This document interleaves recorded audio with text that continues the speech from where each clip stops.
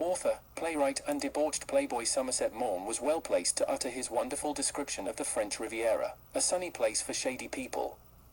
Somerset Maugham dominated the stage and silver screen with his portrayal of humanity, from The Razor's Edge, which explored war and wartime generations, to of Human Bondage, which explored drugs and the underworld of women and men. The most louche of all the expatriates who congregated on the beautiful stretch of coast between Nice and Monaco before World War II, the prolific writer held court at his fabulous mansion, the Villa Mauresque, in glamorous Cap Ferrat.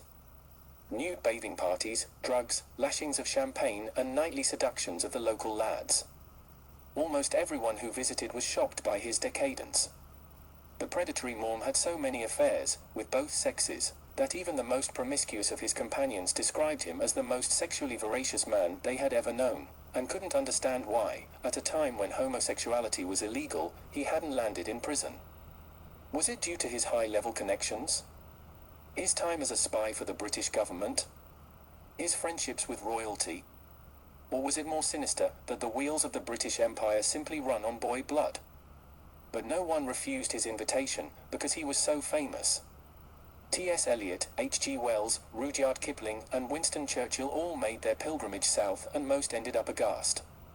To Virginia Woolf, the aging Maugham, with his reptilian skin, seemed dead already. Playwright Noel Coward called him the Lizard of Ounce. His work pushed the reader towards Eastern philosophy, nihilism, while retaining a moral order, a strangely orphaned moral order or karma that seems to come from the past. Today, with Maugham having fallen out of fashion, one has to remind oneself that he once outsold all his brilliant contemporaries, including Joseph Conrad and Robert Louis Stevenson. Before the age of 30, he had 4 plays on in the West End at the same time.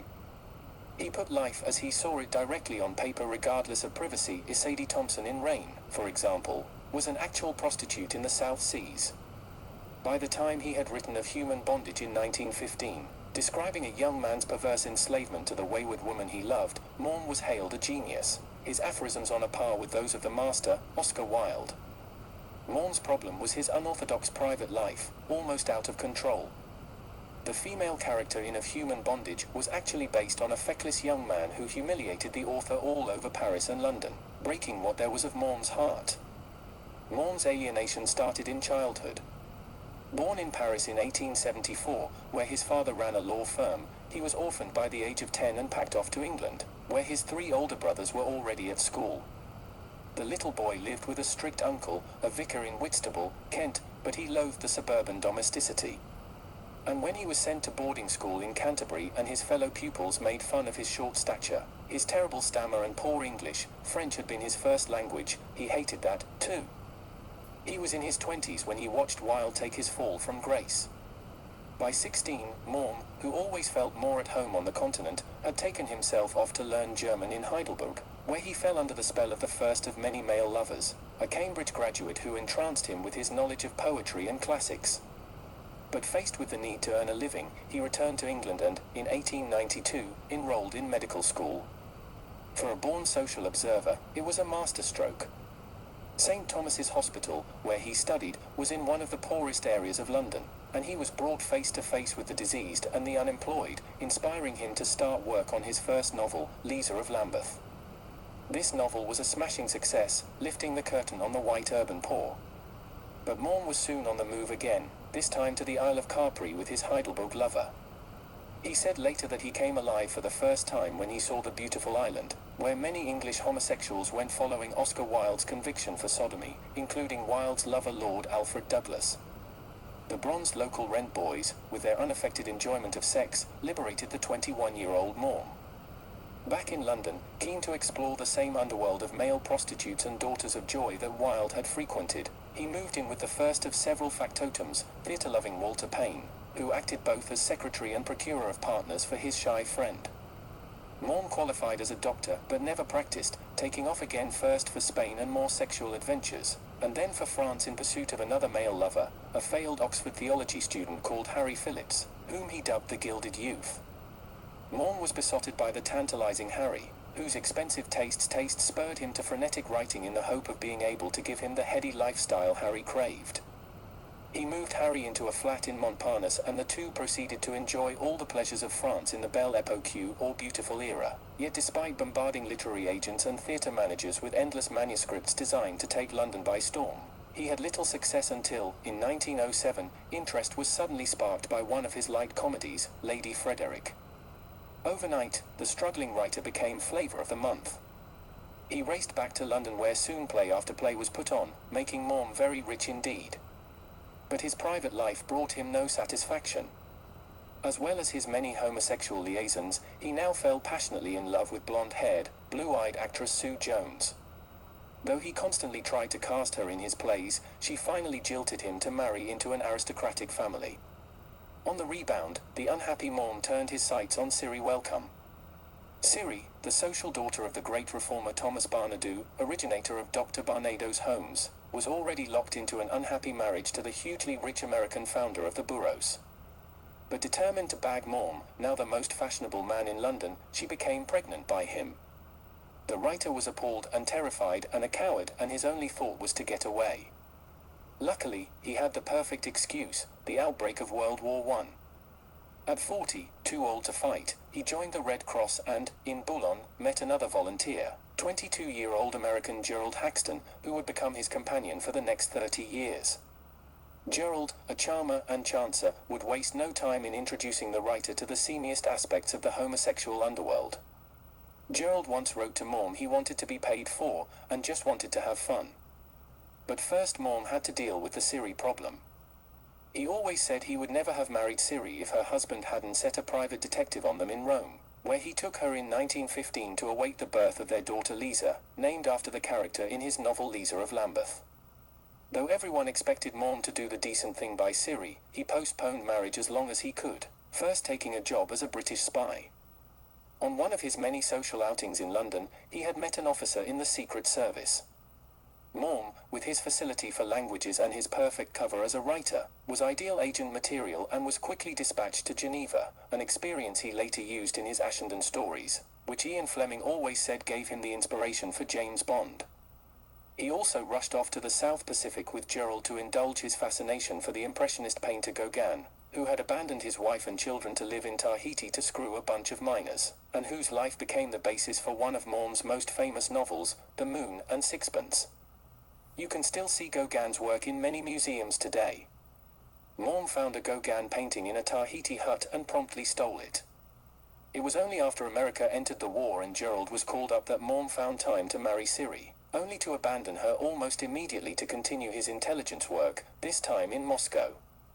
Reunited in London after the war, the Maughams put on a great display in public, giving wonderfully glamorous parties and going to first nights together. In private, they loathed each other, especially as Maugham still pined for Gerald. In 1920, after a trip to Hollywood where he met Charlie Chaplin, Maugham and Gerald were off again, on a long voyage to Honolulu, Australia, and Singapore, where, in between some avid sex tourism in the all-male brothels, Maugham cast his writer's eye on the class structure of colonial life. He always maintained that the most memorable sexual experience of his life had been a moonlit night with a boy in Malaya. A brief trip home to see Ciri, who had taken up interior decorating, and Maugham was off again with Gerald to Burma. Ciri would be the originator of the all-white room. He and Gerald had now been together for 10 years, and the character of the younger man had not improved. Dangerously addicted to gambling and drink, as well as sex, his preference was for adolescent boys whom he found in Paris's notorious Rue de Lappe, later immortalized by Maugham in The Razor's Edge. Gerald also preyed on housemaids, debutantes and married women, and liked to boast that while in Siam he had bought a 12-year-old girl for a tin of condensed milk. Poor Ciri could not even protest, so anxious was she to remain married to her famous husband. Then she sold the desk on which he had written his best work. From now on, Maugham was determined to get rid of the tart who ruined my life. When Maugham, now 50, found the Villa Mauresque in the south of France, Ciri finally agreed to a divorce. In the privacy of the villa's wooded grounds, her husband did what he pleased, surrounded by beautiful young men who were only too happy to run through his money. Ciri pressed him for a settlement before Lisa's inheritance was swallowed up at the gaming tables of Monte Carlo. Maugham's libido was undiminished. He propositioned any good-looking youth anywhere, rewarding them richly if they succumbed. "Don't be a fool," advised the songwriter Ivor Novello when ballet dancer Anton Dolin hesitated about a night of passion. "It will mean a gold Cartier cigarette case tomorrow." Maughm's appalling reputation finally came to the attention of Scotland Yard, who warned his older brother, F.H., who had recently been made a High Court judge. But the dissolute writer completely disregarded his brother's advice and in 1928, at a London dinner party, met the young man who would eventually replace Gerald. Alan Searle, born in 1905, a 23-year-old working-class man from Bermondsey, London, was just the sort of rough trade Maugham liked. Maugham first met Searle in 1928, when Searle was a very youthful-looking 23, a working-class boy from Bermondsey, the son of a Dutch tailor and Cockney mother. He was the lover of several famous older men, including Lytton Strachey, who called Searle his Bronzino boy. Maugham was 54. You can learn more about the degeneracy of Strachey on this channel. Michael Wood, in his introduction to Lisa of Lambeth, quotes Maugham's nephew, Robin Maugham, as writing, "Maugham appears never to have felt that being a writer was a respectable profession, and of course his own homosexuality can't have helped much." Maugham told Robin that his greatest mistake was to have persuaded himself that he was 3/4 normal and only a quarter queer, whereas really it was the other way round. Maugham was known for pinching men's bottoms in the French Riviera and wanting to drive with them alone in his car. Throughout the 1930s, Maugham oscillated between Alan and Gerald, while cementing his reputation as the most famous writer alive. He rarely saw his teenage daughter, Lisa, because it meant communicating with his loathed former wife. Instead, he lavished gifts and attention on his teenage nephew Robin, whose father, F.H., was soon to become Lord Chancellor, giving rise to shocking gossip about incest. When Robin wrote 2 biographies of his uncle decades later, they whitewashed much detail. The whole world descended on Maugham in France, Cambridge intellectuals, the Bloomsbury literary set, even the Duchess of Windsor. But the atmosphere was often tense, as Gerald turned more and more to drink. Maugham tried everything to distract him, finally buying him a boat. Gerald quickly acquired a beautiful 16-year-old cabin boy, known as Lulu. When he was not sailing, Lulu was at the disposal of Maugham and any guest who took a fancy to him. With the German occupation of France, Maugham had to abandon his villa in 1940. He wrote with horror that the French bombed their own at the start of World War II, and as he questioned the motive for this war, whether it was foreign by bankers or globalists or some other group, his dispatches from the front were discarded by the media. Back in London, he launched himself into war work, even conquering his perennial stammer to make propaganda broadcasts. Today's disease-obsessed intelligentsia have proposed that this stammer was a symptom of dementia. He was then dispatched to the US to win American support for the war since he was too honest about the front from France. Maugham's war was spent first in Los Angeles, where he started a screenwriting career, and then in South Carolina, where his American publisher had an estate. He was now nearly 70, and though Gerald had joined him in the States, he was making plans to retire to France without him. Then, in 1944, Gerald died of tuberculosis at only 52. It was the disease that killed Maugham's mother, and he blubbed like a baby at the funeral in New York. They could not return to England since Haxton had been declared an undesirable alien by the British government for his homosexual life and theft and public drunkenness, so Somerset came to the United States and lived in Parker's Ferry, South Carolina. Haxton soon became tired of the country life and went to Washington, D.C., where he worked for the war effort for 2 years. Away from Maugham's sobering influence, he literally worked himself to death. He developed tuberculosis. When Maugham found out, he tried desperately to save him, but the medical help came too late. Then he quickly arranged for Alan Searle to join him, and Searle would remain at the villa until Maugham's death. The two returned to Villa Mauresque in 1946, and life resumed under the gaze of the Picassos, another degenerate, and the Toulouse-Lautrecs bought by Maugham's astonishing career. Maugham went to Prince Rainier's wedding to Grace Kelly as one of 700 guests, and then invited Ian Fleming and his wife to stay. Maugham treated the graceless Alan, whose main pastime was reading pornographic magazines, as a servant, not the companion that Gerald had been, and taunted him mercilessly. Alan got his own back by sowing bitter dissent between Lisa and her father. Since she had given him grandchildren, Maugham had become fond of his daughter and, snob that he was immensely pleased when she married her second husband, Lord Hope. Yet he then became convinced Lisa was not his child and tried to disinherit her, perhaps due to drug-fueled or alcoholic nights, perhaps due to Alan whispering on his shoulder. According to Allen, it was Maugham that encouraged him to burn his manuscripts in massive bonfires, even when Allen hid Maugham's unfinished work under sofas. As usual, Maugham used his acerbic pen to settle scores, writing an eviscerating account of his marriage, which was serialized in the British press. Few readers were sympathetic, though. "Everyone is fully aware of the stinking filthy life you have led," wrote one. When he next came to London, he was cut dead in the bar of the Thespian Garrick Club. It is nice to see there were some social standards in London at the time. He returned to France and never left. Increasingly frail, the grand old man now longed for death and spent whole nights sobbing for his mother. He died aged 91 in 1967, having concluded he was not in the first rank of writers and, somewhat surprisingly, that he had never had enough sex. Following Maugham's death, Searle went into retirement in Monte Carlo. He was interviewed by the scholar Robert Calder when Calder was writing his biography of Maugham. Searle died in 1985. Searle developed an antagonistic relationship with Maugham's daughter, Lisa.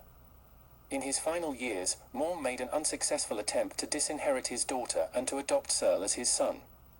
As far as Maugham's non-fiction is concerned, he spoke openly of homosexuality but twice, firstly, in Don Fernando about El Greco and, secondly, as in the chapter about Moby Dick's Herman Melville from 10 novels and their authors.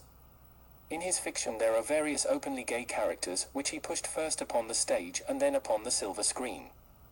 Razor's Edge 1946 Elliot Templeton is one, an older man who encourages young men to come to Europe and live lazy, decadent lives as the companions of old dowagers. Maugham's passage on El Greco is much more interesting and revealing about himself. He describes a very cynical attitude which was very much his own attitude, but he also mentions passion for decoration and detail which his wife expressed in her career as an interior designer. Here it is. I should say that a distinctive trait of the homosexual is a lack of depth seriousness over certain things that normal men take seriously. This ranges from an inane flippancy to a sardonic humor. He has a willfulness that attaches an importance to things that most men find trivial and on the other hand regard cynically, the subjects which the common opinion of mankind has held essential to its spiritual welfare. He has a lively sense of beauty, but is apt to see beauty especially in decoration. He loves luxury and attaches peculiar value to elegance. He is emotional, but fantastic. He is vain, loquacious, witty, and theatrical. With his keen insight and quick sensibility he can pierce the depths, but in his innate frivolity, he fetches up from them not a priceless jewel, but a tinsel ornament.